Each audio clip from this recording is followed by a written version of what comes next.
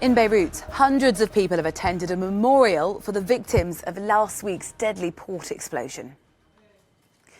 Church bells rang out, and nearby a mosque issued a call to prayer.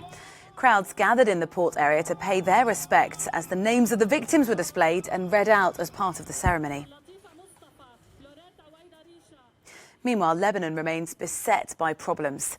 Despite the resignation of the entire cabinet earlier this week, demonstrators are calling for a complete overhaul of the country's political system. For more on this, I'm joined now by Fawaz Shejez, a professor of international relations at London School of Economics.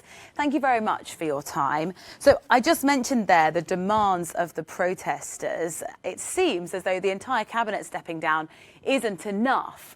How do you see this developing in a way that there could be some sort of peace or harmony back on the streets? Well, I mean, the demands of the protesters are not really about forming a new cabinet. What the people want is a new political system. They want a system based on citizenship. They want a political system based on transparency, a system that's not really systematically corrupt. A system that does not really serve the interest of the ruling elite. And for your own viewers, Lebanon has witnessed major protests in the past year or so. Millions of Lebanese, 2 million Lebanese have protested.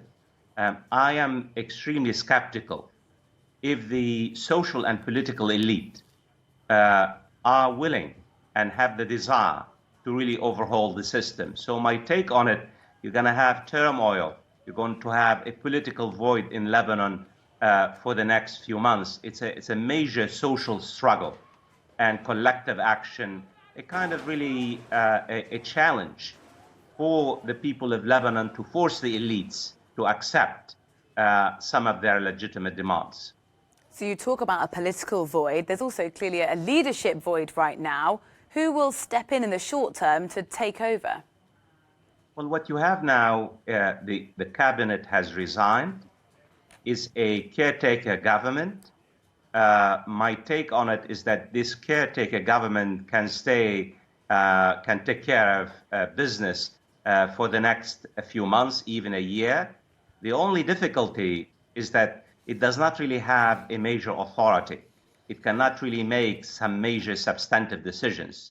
It cannot really coordinate the humanitarian aid coming to the country.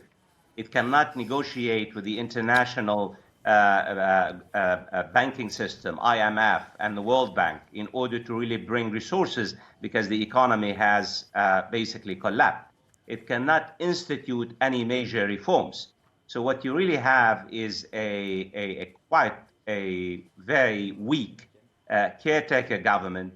And what you have is a vacuum of power. Even though you have a president and you have a caretaker government, this government does not have the ability to really help to overcome the systemic